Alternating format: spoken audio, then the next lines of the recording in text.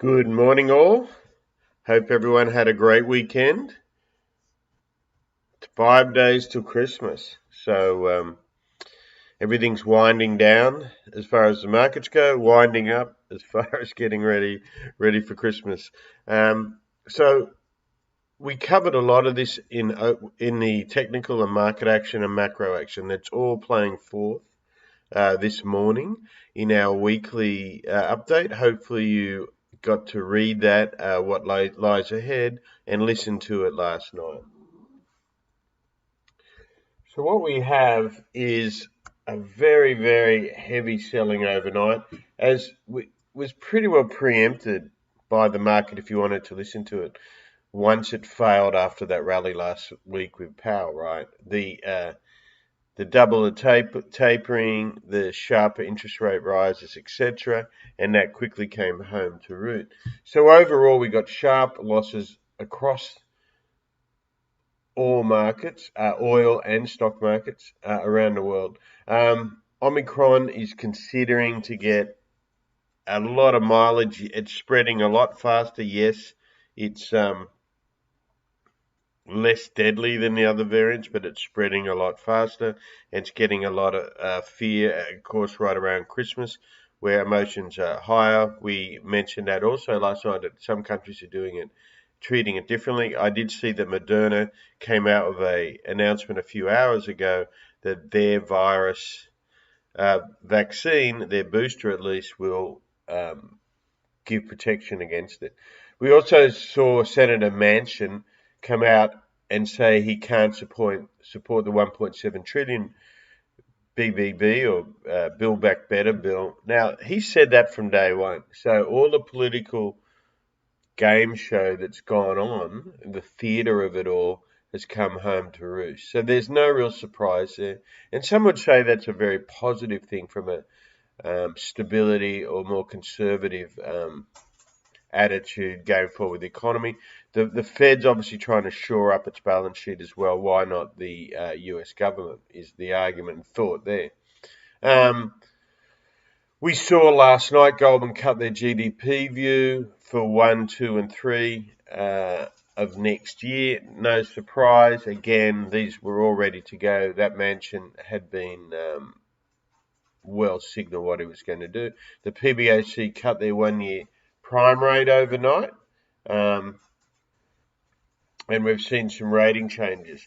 Now, the Treasury yields are obviously lower overnight because, right, a flight to safety more than anything. So that game is is going on right there. We have no data out today, and no central banks due, or at least the Fed due to talk. That could change if we get a lot of calamity in the markets. So let's go to our technical. I got the hour up, and you can see we've just continued very, very nicely. Plus 2/8. We had that double top. We've talked that ad nauseum. Now, it's very important to have a game plan and know what you're expecting. I really tire of but it is the market of just misinformation that's out there. And nearly every second comment of late from analysts or bulls, and basically that's what they are, most of them on the FinTwits and other, message boards, are always looking for a buy. The shorts are always wrong. It's always a conspiracy if it goes down. No, it's not. It's a market, and you're part of it. So try and live in a world that may not suit your agenda of what you believe it should do, and read the market. I see so much misinformation. Someone tweeted back this morning, just going through the tweets, about options. The ill meaning of it, I've said 100 times, understand deltas, understand theta. Run the other way with comments about things like Charmer and Vanna and all that in certain stages of the market, because that's not the dominant thing in markets like this. And you're not a market maker, and it's not a conspiracy. Okay, it's all pricing and pricing a risk. Think of insurance. Hopefully that clears that up, because I get a lot of that sort of TMs and little posts inside the room. So that's our hourly. We see the knockdown overnight. That's going to be key. Obviously, we're going to look more longer term why. So keep it simple. We did get back over our hourly tanking. So that's a positive there, but it needs to hold, and we have this room above us. This is obviously what we broke.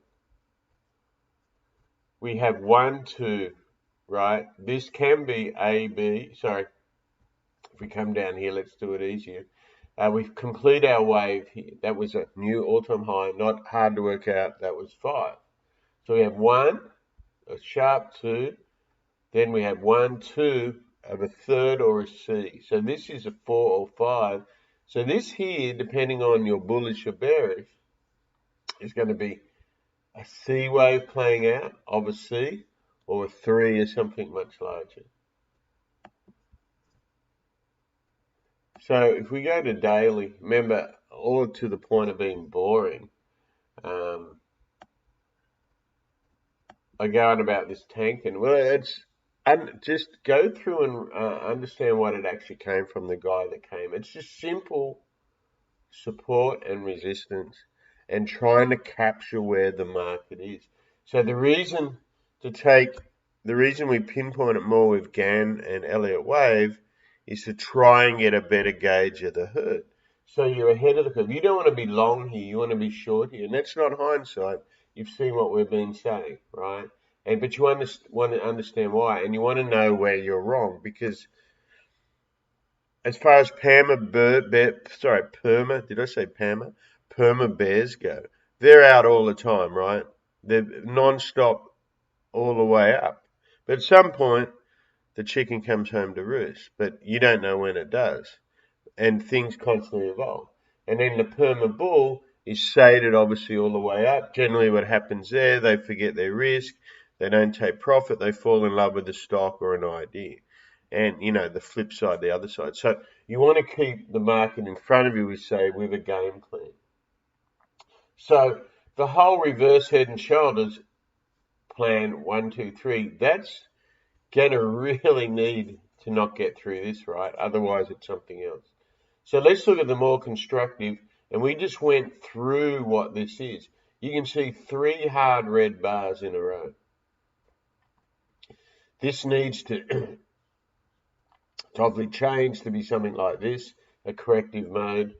And yes, it is Christmas, but it doesn't mean Santa has to come down your chimney. Remember, Santa's a fiction anyway.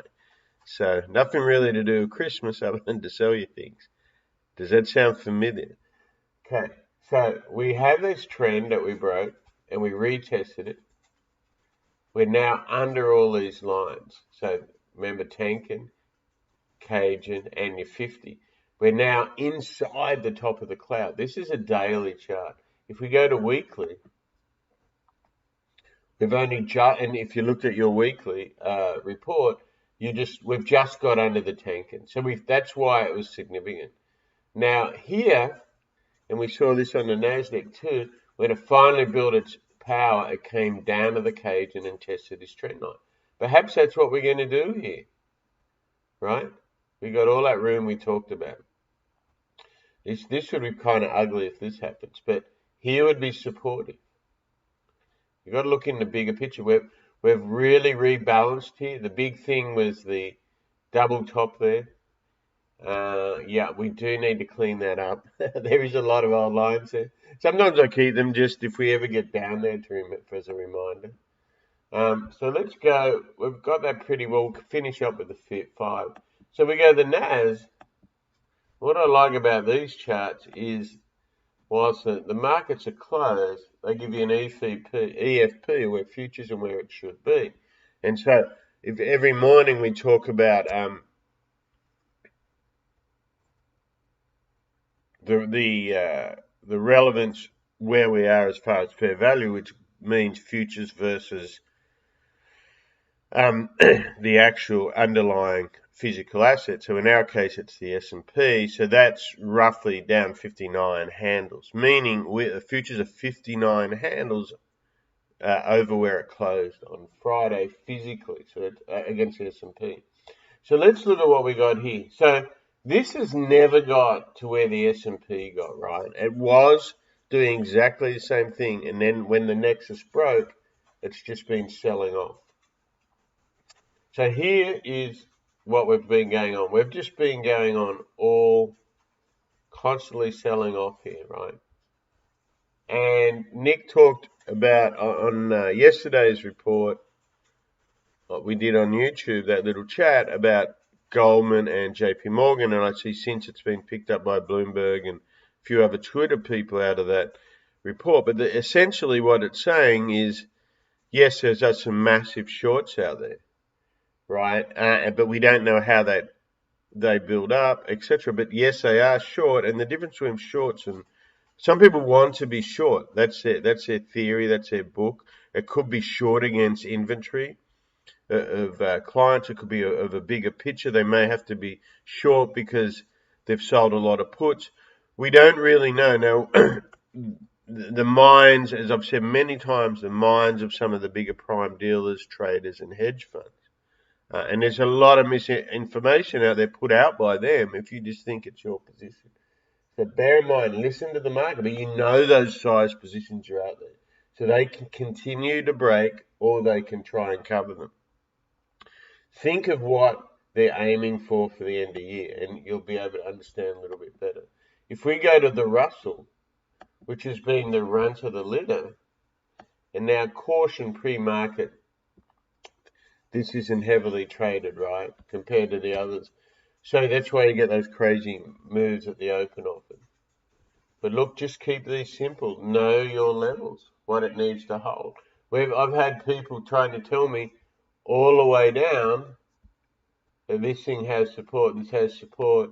If it breaks this, if it breaks that, then it goes up. Well, it's got to break it first. Same thing on the downside. On the downside, look at all this support on the daily.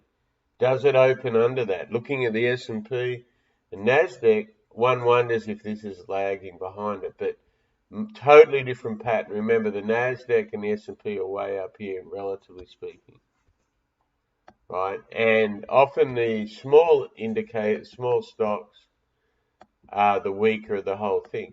Apple hasn't opened as far as to all the major part of the market, not as many players, but pre-market, you can see it's under those lows, and we talked about this last night, this beautiful pennant. So that has broken out of it. We have 1, 2, 3 in the bigger picture, and 1, 2, 3 of that final one playing out. There is a gap above here. Does it get into it, or does it run away like this one? And then all of this big thing here, I know it's messy, but that if you were doing a point and figure, this would be an island, right? And this was a runaway gap. So that gap can fill quite easily down here. What is that? That's like 165. So that would be a filling of that gap. We got a gap here. So remember, that's they're like magnets, those things.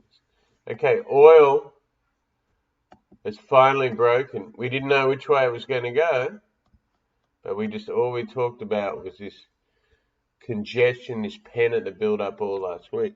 You can see, obviously, this has been hit by concerns, just like the stock market, slowing growth, etc. Which overnight, we've got more problems in Libya.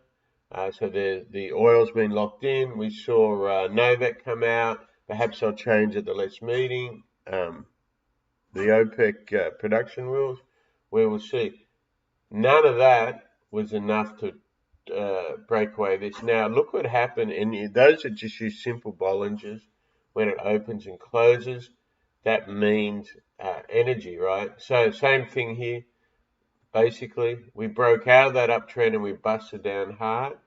Fairly predictable, right? With all that was going on once risk assets went away. So you got a heads up there. That's why it's good to look at more than one thing. On the 60-minute, you can see it's basically sold off from all these highs. This was a long correction of that. We know the pennant, this breaks it down. And we're trying to get back around that Tenkan. We got down to -2.8, not quite -2.8 on the hourly. That's your support. This is your resistance up here on your hourly. This will move violently. It is thin. Natural gas. Remember, Sunday, there's a saying in natural gas, wait the gap. Yeah, we got visitors today. Um, 4 of them. So here we have nat gas. As you can see, not a lot, but it has gapped up. So that's up a good almost 20 cents, 16 cents. Now this changes around. So on the weekend you get the weather reports. Essentially it's over 3 days. It comes out on Sunday night, right? So we get a change more towards more heating degree days, meaning it's colder, more demand. And we'll see that also happened last week and then it faded off. So we'll keep an eye on that. And if you look at the daily, remember it filled that gap. We did go lower, so you can count this 1, 2, 3, 4, 5. It did get into our 360 target. You do have, so the question, what often runs natural gas markets is how big the futures positions, optionality, physical, all that stuff together, how big it is outside, and that can get this selling, too many longs, and this can get buying, too many shorts. That's a big, I've never seen the market. I haven't traded all commodities, but what I have traded, I've never seen a market that gets so one way than natural gas, and so many people blow up, like billions of dollars. And they somehow, those guys tend to get jobs. Someone likes it. So there we have it as far as market profile. Let's have a quick look. So we nicely, when we broke that shelf, if you go all the way up here and read, so that got you the break, but we didn't get, we had an inside, a total engulfing day back here, if you recall, after, Powell. We've come off steadily, but controlled. No real panic, even though the markets do suggest that. Spreads are wider, liquidity is lower, so that's exaggerated somewhat. Let's have a quick look. I got someone ask me about, I think we're on here. Yeah, about what's this little beauty doing. So here we are with Turkey. So look at that. This is when it all goes wrong, right? And it can happen anywhere. We've seen it in natural gas. We saw it in lumber. It's when it goes wrong and then fueled by speculation. But look at it, looks like we're at another record high, or a record low, I should say, because this is an inverse of the Turkish lira. Now this is getting to Zimbabwe sort of stuff if this keeps going. Overall, not much to see in currencies. You can see yen has been, but it's pretty well sideways. Has been one of the safe haven plays as well. And here we are, just a point and figure look and a market profile look, sorry. And so when you first look at it, it does look like that, yes. So there we have all that. And you can see what's going on here. Again, in oil, this is our POC area, 68.20. We're underneath that, but that would be a magnet to try and get it back higher. And we see on Natty, down there at 376, we're above that. Can that pull it down like it every day? So generally, 85% of the markets in an orderly market go back towards the POC. It's a point of control. Okay? And Apple finally, we look at the 16 to 240 here. It's under all this. We showed last night, under the cloud now on the 240. It would need to regather that and the tanking. Here's the gap we spoke of, and you got 6/8. In fact, we were plus 1/8, so technically this can easily go a full 8/8, which is way down there in the bigger picture. Okay, so 3/8 is 144. So 1/8 is way down here. 132. Not saying that can. You just be aware if it really hits the fan, what can happen. What we're in essentially though, what we're doing is testing all this breakup, right? And so we're now under that small trend. That's why we would go to the daily. And finally, the SPOOs, we went through that earlier. We're basically testing this breakup before all the wild days that have gone on in the past week. So we had the POW sell-off, the POW buy, basically the same thing, right? Another sell-off, sharper. Does it have enough steam to go under here? There would definitely be big buy the dip buying out there. It's a question where that runs into selling. I would think tax selling's already done for the year. You would think, right? It wouldn't be much unless things keep selling off and then people are forced to take profit. So then to weigh up against that profit, they sell off some more dogs if they still have them, or they become dogs in markets like this. Okay, so I'll leave that up there, and here's a 5-minute live while we're talking. Let's blow that up for you so you actually see something. So for the rest of the week, we're going to be in and out. As I said, it's thin. We tend not to be too big. Enjoy your week if you can with your family. School holidays, etc. That's very important. Keep the mind in the right way and come back fighting. But don't take your eyes totally off the ball. So we don't have much out. We have the QEs, the Q3 GDPs, QE Freudian slip there, coming out on Wednesday for the United States. We also have consumer confidence on Wednesday. That'll be heavily looked at given what's going on with high interest rates, inflation, or higher interest rates. Not really high, are they? Let's be honest. The virus, kind of unconfidence in the political scene from both sides. I'd imagine if you're a hardcore partisan supporter, you can't be too happy with either performance, right? You also have existing home sales out on Wednesday. Jobless claims, of course, on Thursday. Then we go into Christmas Eve. So you have quite a lot out on Thursday. You have the jobless claims, personal income, and the PC deflators, durable goods, ton of stuff out on Thursday. Consumer survey, new home sales. So you can see a lot of positioning, if not already out, is probably wanting to be out before then. You're also going to get your oil out on Wednesday, EIA report from them, and natural gas on Thursday. Then we quickly move into Christmas. So if you do observe it, I'm sure you're getting all those plans in order and having fun. Quickly on stocks, we do have Micron and who's the other one? Nike reporting after close. I believe there's previews up on the site, and a shout out to the pit box there. That's a great help over the years in different things on the website in the community there. So gapping up, I see D-Nut gapping up. That is Krispy Kreme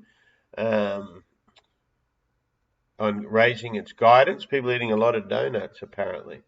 Not good for the health, I guess, but good for the taste buds. We had a takeover. VRS is being bought out at $27 a share. They're up 32%. We have a couple of FDA approvals, ITCI and ARGX, both up decently.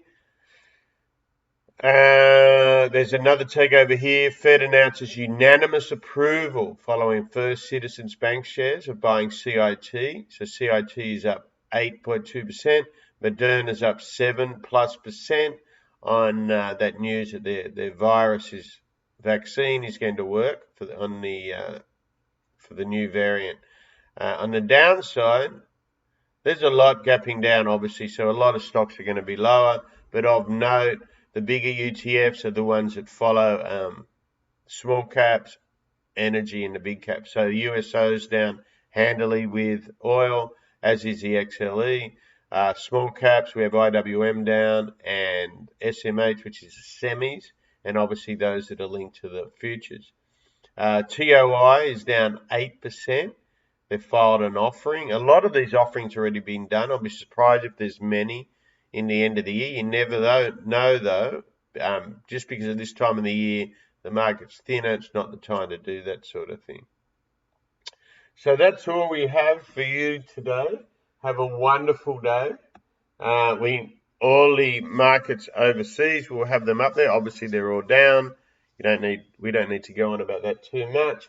As far as politics go, Hong Kong had their election. Obviously, it wasn't exactly kosher, you might say, from our Western point of view. So there's been comments out against that from the West, England, etc. I believe us. I'm not 100% sure, but I have seen the headlines. China's not too happy. That's about it. The usual on that front with Russia, Ukraine, the US. Enjoy the day. Be careful. Be safe. It's going to be pretty volatile out there. And appreciate any feedbacks. Like and subscribe. Share it if you find all this useful. Give us positive feedback for what you like and what you would like changed or to hear more of, really. And we will try and get more information up, actually the backbone, if you like, of the technical stuff. Have a great day. Speak to you later. Remember, it is Christmas week, so I'm sure most of you in holiday mode. If you're not, understand a lot are. Okay, have a great day. Trade smart.